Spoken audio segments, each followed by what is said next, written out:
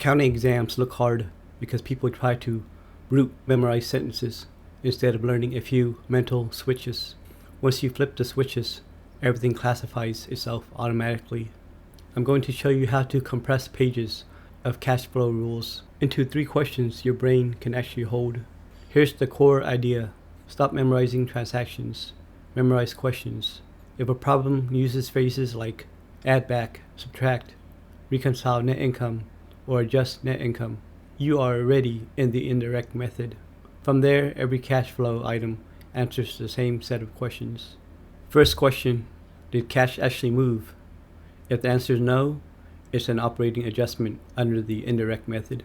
Think about things like depreciation, amortization of bond discounts or premiums. These are not cash. They only affect net income. Here's the simple shortcut. If it's an expense that lowered net income, add it back. If it's revenue that raised net income, subtract it.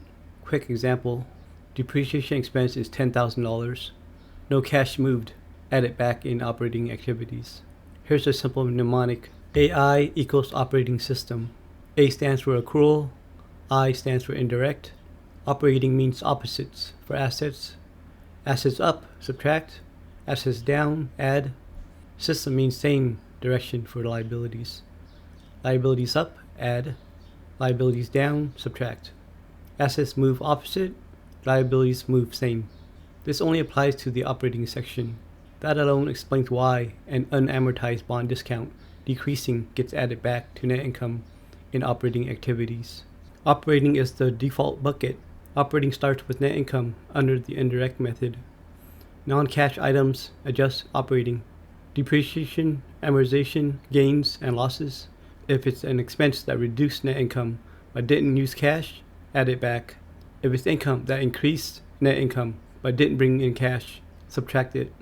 Operating also includes interest income, interest expense, dividends received, trading securities sold, income taxes, and working capital changes.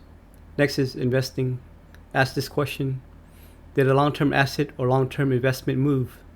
If yes, it's investing. Examples include buying or selling equipment, selling or disposing of a building, selling held to maturity investments, buying available for sale debt securities, issuing a note receivable, and proceeds from life insurance. If a long-term asset or investment is moving, it belongs here. Last is financing. Ask this question. Who is the other party? Owners or lenders means financing. Financing equals owners plus debt, nothing else. Cash inflows, issuing stock, issuing bonds, borrowing money, and selling treasury stock. Cash outflows includes paying dividends only when paid and repaying loan principal. That's why dividends paid count and dividends declared don't.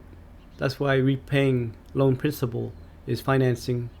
That's why treasury stock cash flows are financing. Interest never goes here, not for GAAP rules, ever. So non-cash items adjust operating. Long-term assets equal investing. Owners or lenders equal financing.